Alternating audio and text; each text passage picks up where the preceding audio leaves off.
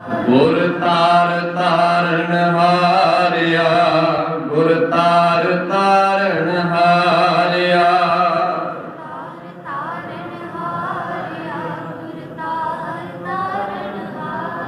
ਦੇ ਭਗਤ ਪੂਰਨ ਅਬਿਨਾਸੀ, ਦੇ ਭਗਤ ਪੂਰਨ ਅਬਿਨਾਸੀ।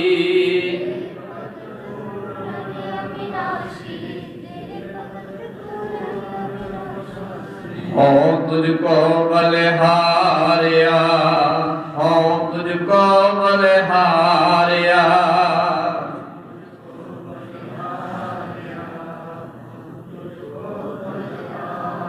ਗੁਰ ਤਾਰ ਤਾਰਨ ਹਾਰਿਆ, ਗੁਰ ਤਾਰ ਤਾਰਨ ਹਾਰਿਆ, ਗੁਰ ਤਾਰ ਤਾਰਨ ਹਾਰਿਆ, ਗੁਰ ਤਾਰ ਤਾਰਨ ਹਾਰਿਆ।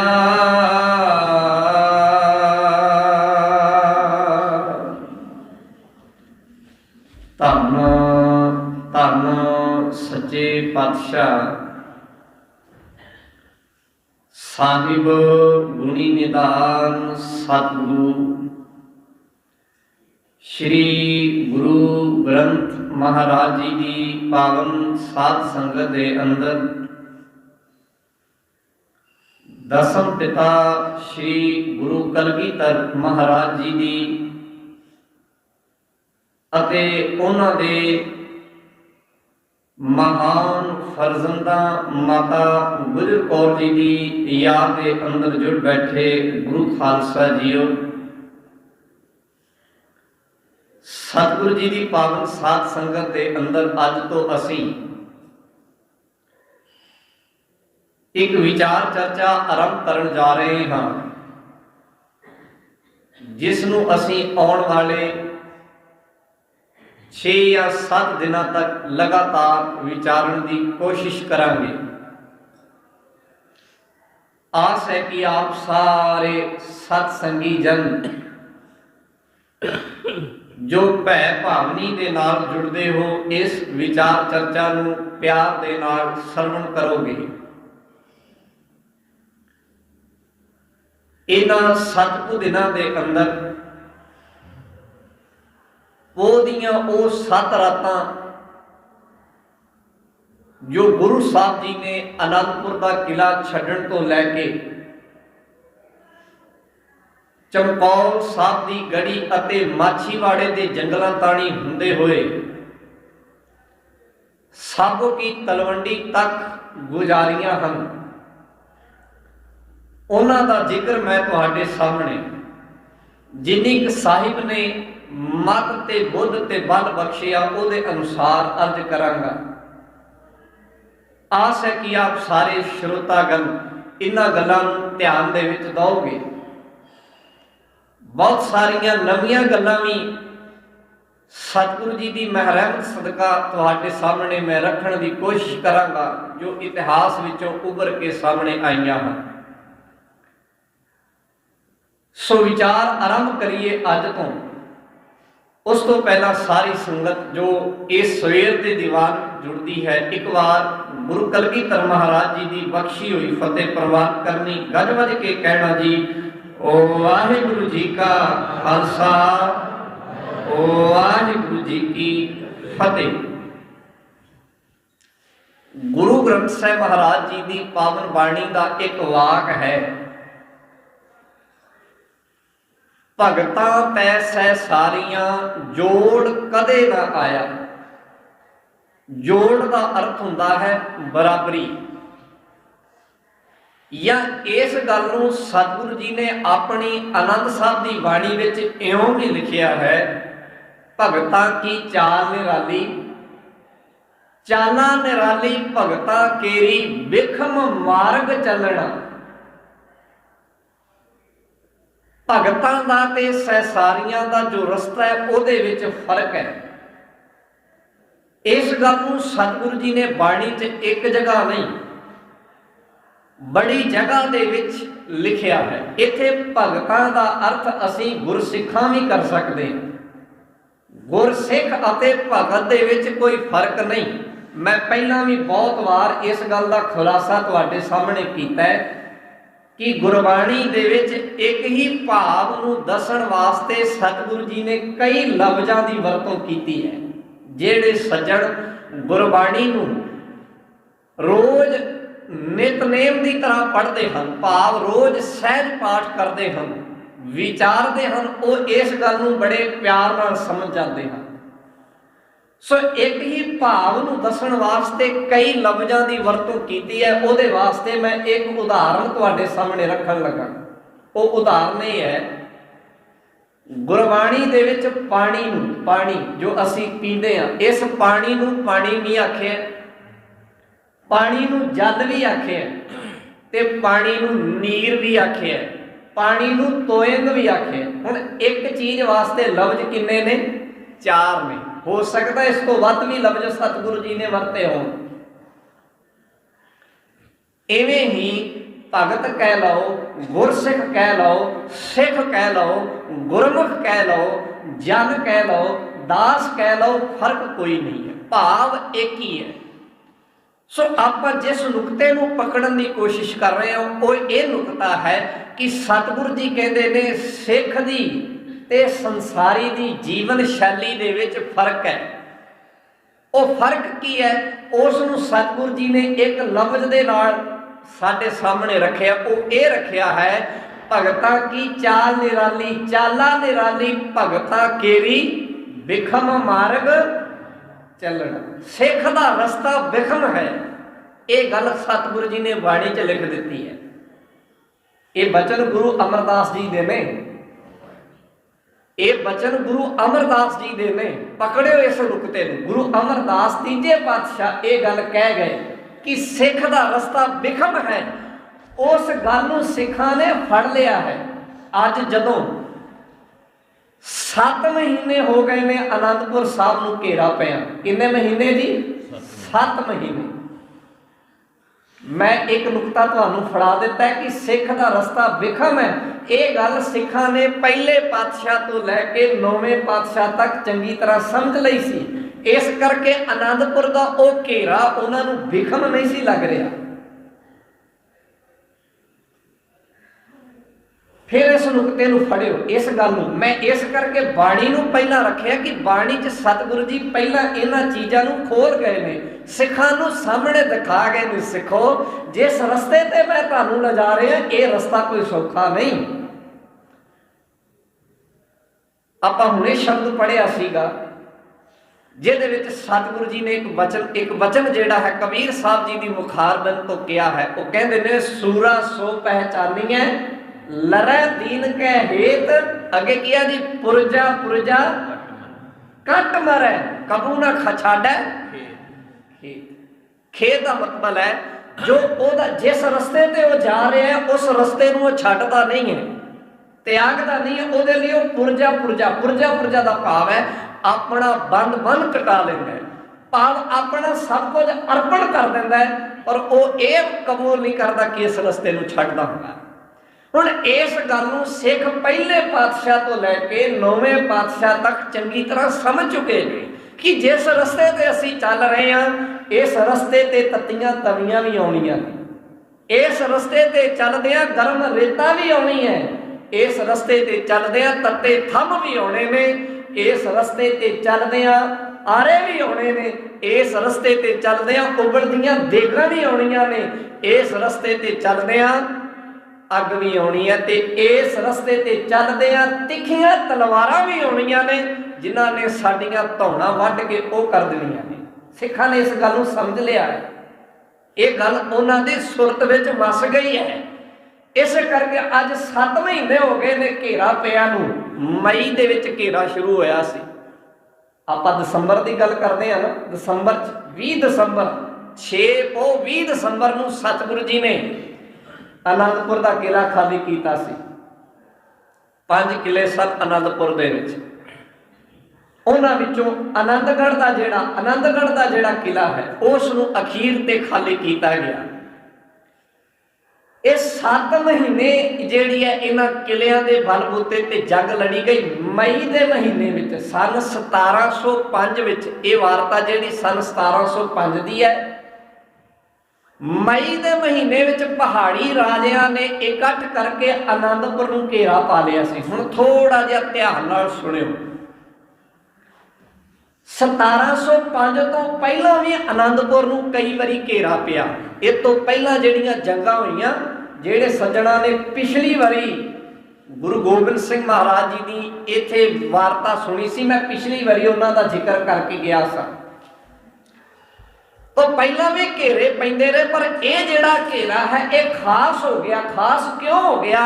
क्योंकि इस तो पहला जिहड़ियां जंगां हो चुकियां ने, पहली भंगाणी की जंग है, दूजी नदौण की जंग है, हुसैनी की जंग है, उस तो बाद कई जंगां हो गईयां। हर एक जंग दे विच ये 2 धिरां हारदियां रहियां, एक हिंदू पहाड़ी राजे ते दूजी दिल्ली की मुगल सल्तनत। लड़ाई की शुरुआत हिंदू पहाड़ी राजियां ने की सी भंगाणी की जंग तो, वो हार गए। उन्होंने अपने नाल मुगलों नूं जोड़ लिया ते दोवें सांझी ताकत बन के गुरु कलगीधर महाराज जी नूं हराउण की कोशिश करते रहे। बाबे नानक के घर नूं हराउण की कोशिश करते रहे, पर हारते रहे। अखीर ते उन्होंने मता यह पकाया, आ जिहड़ी जंग होण लगी, इस जंग दे विच उन्होंने कोई भी बंदा नहीं छड्डिया जिहड़ा गुरु घर के खिलाफ ना होवे।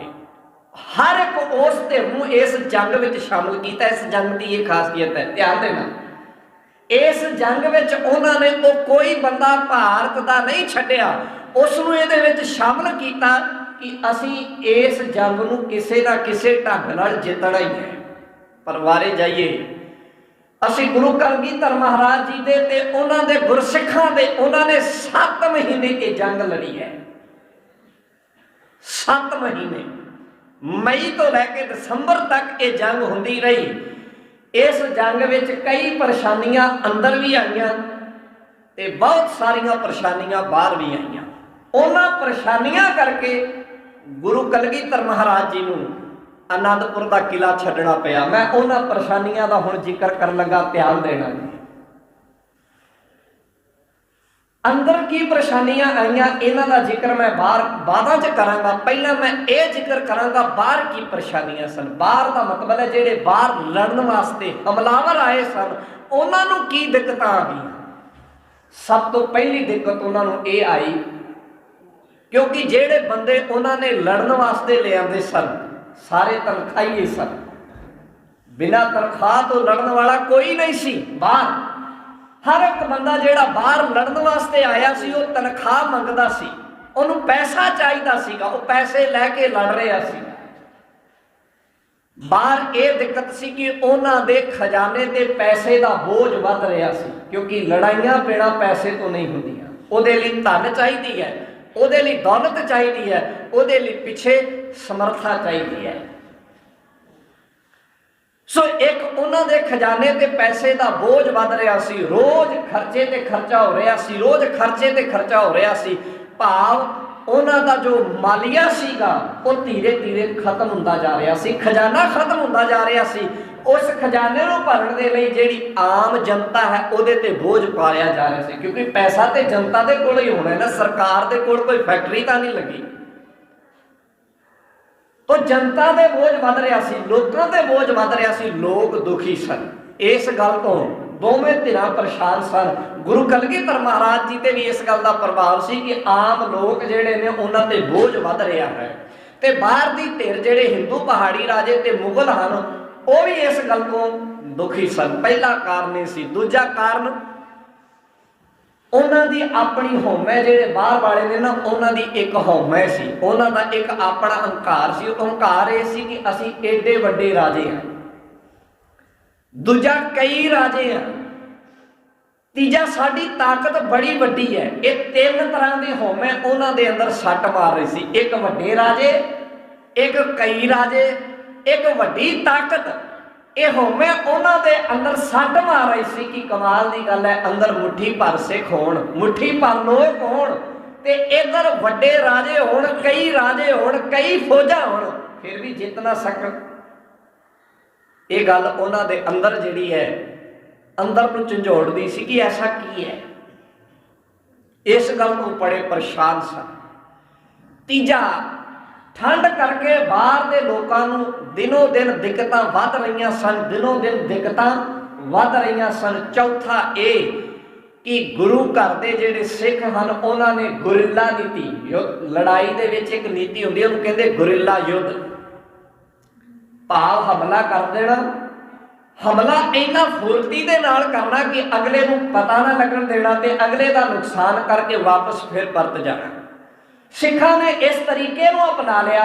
वो एकदम शेर की तरह किलियां दे विचों निकलदे अते इन्हां दी फौज ते पै जांदे, फौज का नुकसान करके समान लुट के वो वापस फिर किलियां दे विच परत जाते। वो रात नूं ही हमला करते, उन्हां दे हमले का कोई समा नहीं सी। वो कभी शामां नूं कभी दोपहरे कदों उन्होंने हमला कर देना, इस गल का दुश्मन नूं कोई पता नहीं सी। इस गल तो बाहर दीयां फौजां परेशान सन कि वो अंदर हमला नहीं सी कर पा रही, क्योंकि किले उच्चे थां ते सन, किलियां दे दरवाजे बंद सन, बाहर दीयां फौजां खुले मैदान दे विच सन। इस गल तो बड़े दुखी सन। सो ये कुछ चुनिंदा कारण हैं। हुण आपां अंदर की गल करिए, भाव गुरु कलगीधर ते उन्हां दे सिखां की गल करिए। अंदर की परेशानियां सन? अंदर ये परेशानियां सन कि नवे बंदे लड़न वास्ते नहीं सी आ रहे, क्योंकि चारों फिर घेरा पिया होया सीगा। सिख मैदाने जंग च जाते सन, लड़ते सन, शहीद हो जाते सन। वो दिनों दिन सिखां की गिनती जिहड़ी है अंदरों घट रही सी।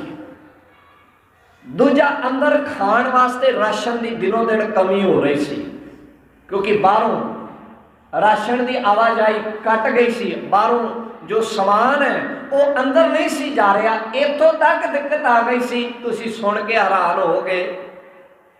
मैं एक इतिहासक ग्रंथ दे विचों पढ़िया कि जालमां ने पानी नहीं बंद कर दिता। आनंदपुर दे विच जिहड़ा पानी जांदा सीगा, वो पानी दे जिहड़े सोत सन वो भी बंद कर दिते। सिखां नूं पानी दे लई भी लड़ना पै रहा सीगा। साडे एक इतिहासक ग्रंथ दे विच जिक्र है, कहंदे चार सिंह पानी को जावें, चार सिंह पानी लैण वास्ते जावे, चार सिंह पानी को जावें, दो जूझे, दो पानी लियावें। दो मर जाते सन, दो पानी लैके आउंदे सन। सोच लो हालात किवें दे होणगे। चार सिंह पानी को जावें, दो जूझे, दो पानी लियावें। दो मर जाते सी, दो वापस पानी लैके आ जाते सन। हालात इत्थों तक बद तो बदतर हो गए। सिखां ने जिन्ने भी अंदर रुख सन उन्होंने पत्ते खा लए, उन्होंने सक खा लए। इत्थों तक कि कई इतिहासकारों ने लिखा है कि अंदर जेड़े वाधू जानवर सन सिखां ने वो भी वढ के खा लए। शरीर कमजोर हो गए, बीमार हो गए, पर अंदर का जज्बा जिहड़ा है वो अजे भी सिखरां ते सीगा। उन्होंने अंदर लड़न का ते मरन का चाह जिहड़ा वो मद्धम नहीं सी पिया। सो इस तरीके दे नाल अंदर भी हालात सुखावे नहीं सी, बाहर भी हालात सुखावे नहीं सी। बाहर वाले भी जंग की समाप्ति चाहते सन ते गुरु कलगीधर महाराज ते अंदर जेडे सिख सन वो भी चाहते सन कि किसी ना किसी तरह इत्थों निकल के किसी होर टिकाने ते जाया जाए ते बाकी पंजाब विच वसदे हुए सिखां नूं अपने नाल लिया जाए। तुहानूं शायद याद होवेगा जदों साहिबजादे कचहरी च गए सन तां अखीरले दिन उन्हां कोलों पुछया गया सी, जदों सुचानंद ने यह गल आखी सी ना कि ये सप दे बच्चे, ये गल कहण तो पहला एक सवाल उन्हें साहिबजादियां नूं कीता सी। वो सवाल की सी कि जे तुहानूं छड्ड दईए तां तुसीं की करोगे, जे तुहानूं छड्ड दईए तुसीं की करोगे। तां साहिबजादियां दा जवाब सीगा, कहंदे पहला तां सानूं उम्मीद है तुसीं सानूं छड्डोगे नहीं, क्योंकि बड़ी मुश्किल दे नाल ते तुहाडे हत्थ आए आ, 7-7 महीने हो गए ने तुहानूं, पर जे तुसीं छड्ड भी दोगे असीं फिर उन्हां थावां ते जावांगे, अपने भरावां नूं इकट्ठे करांगे, अपने ਸਿੰਘਾਂ नूं इकट्ठे करांगे ते तुहाडे खिलाफ जंग जारी रखांगे। हुण ये गल साहिबजादियां दी चेतनता दे विच कित्थों आई? एक उथों आई जदों आनंदपुर विच ये गल्लां चल रहीआं सन कि आपां इत्थों बाहर निकलीए, बाहर आपां जाके किसी होर टिकाणे ते जाके सिखां नूं इकट्ठे करिए, अपनी ताकत नूं होर वधाइए, इस जंग नूं जारी रखिए।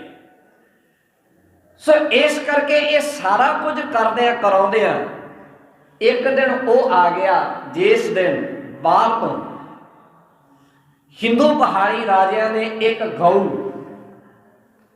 आटे की एक गऊ बना के ते पंडित परमानंद नूं, पुरोहित परमानंद भी उसका नाम आया, ते परमानंद ये भंगाणी की जंग तो चलिया आ रहा, ये परमानंद पुरोहित है, कई बार गुरु दरबार च आया। एक कट्टर सनातनी विचारधारा के नाल प्रेरित सी, जो जात पात ते वंड के आधारित है।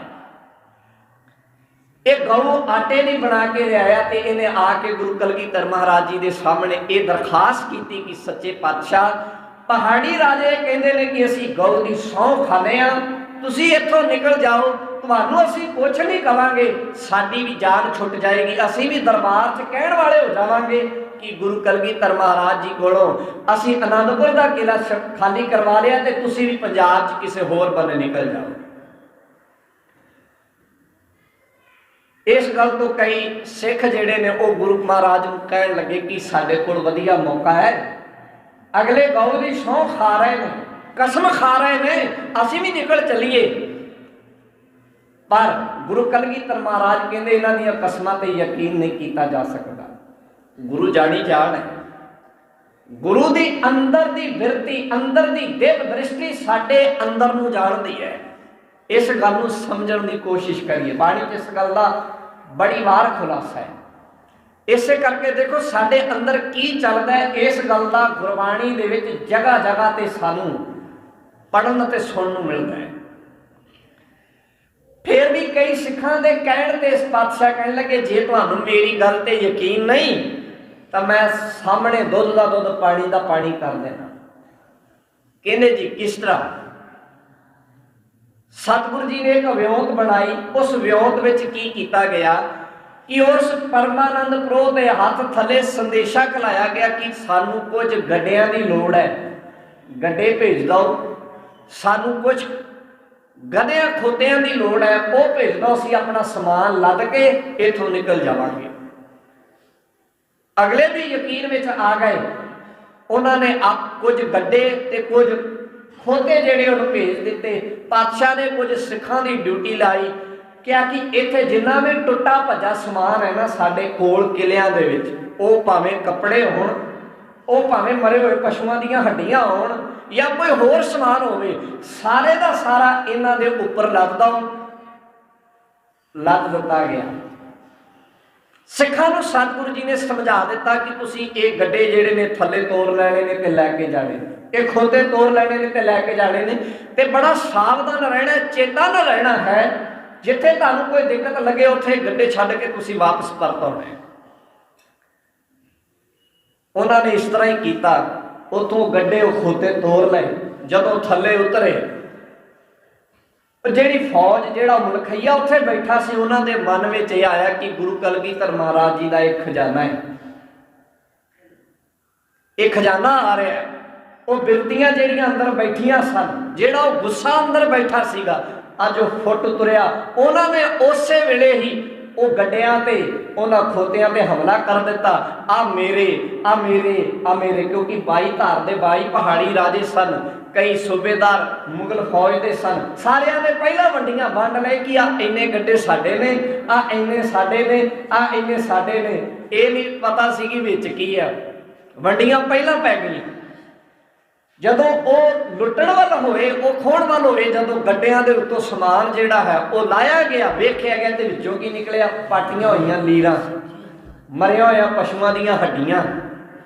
सतगुरु कलगीधर महाराज उत्ते किले ते बैठे सारा कुछ वेख रहे सन, सिख वेख रहे सन। कहंदे देख लो, तुसीं कहंदे सो ना किला छड्ड के चले जाओ, अगले दीयां बिरतियां वेखो, अगले दा सुभाव वेखो, किहड़ी सोचदे ने। वो तुहानू अपने जाल में फास के मारना चाहते हैं। सारे सिखां दे हाथ गुरु कलगीधर महाराज जी के सामने जुड़ गए। सच्चे पातशाह, जिवें तुसीं हुक्म करोगे असीं उवें चलांगे, असीं तुहाडी रहनुमाई विच चलांगे, असीं तुहाडे ਪਿੱਛੇ ਲੱਗ ਕੇ ਚੱਲਾਂਗੇ। ਸਿੱਖਾਂ ਦੇ ਹੌਸਲੇ ਟਿਕ ਗਏ, ਸਿੱਖਾਂ ਦੇ ਅੰਦਰ ਟਿਕ ਗਏ ਕਿ ਗੁਰੂ ਸਾਡਾ ਸਾਨੂੰ ਜਿੱਧਰ ਵੀ ਲੈ ਕੇ ਜਾਏਗਾ ਸਹੀ ਲੈ ਕੇ ਜਾਏਗਾ। ਇਸੇ ਕਰਕੇ ਆਪਾਂ ਬਚਨ ਪੜਿਆ ਸੀ, ਆਓ ਫਿਰ ਪੜੀਏ। ਗੁਰੂ ਕਿਤੇ ਗਲਤ ਰਸਤੇ ਨਹੀਂ ਲੈ ਕੇ ਜਾਂਦਾ। ਆਪਾਂ ਬਚਨ ਪੜਿਆ ਸੀ ਨਾ, ਉਹ ਇੱਕ ਵਾਰੀ ਫੇਰ ਪੜੀਏ। ਗੁਰ ਤਾਰ ਤਾਰਨ ਹਾਰਿਆ, ਗੁਰ ਤਾਰ ਤਾਰਨ ਹਾਰਿਆ,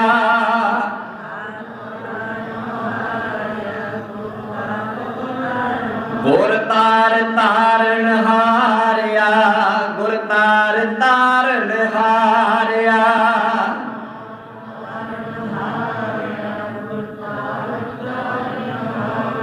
ਗੁਰੂ ਤਾਰਨ ਹਾਰਿਆ, ਉਹ ਸਾਨੂੰ ਤਾਰ ਦੇਗਾ। ਭਾਵ ਜਿਹੜੇ ਰਸਤੇ ਤੇ ਗੁਰੂ ਲੈ ਕੇ ਜਾਏਗਾ ਨਾ, ਉਹ ਰਸਤਾ ਦੁਨੀਆ ਦਾ ਸਭ ਤੋਂ ਸੌਖਾ ਰਸਤਾ ਹੋਏਗਾ।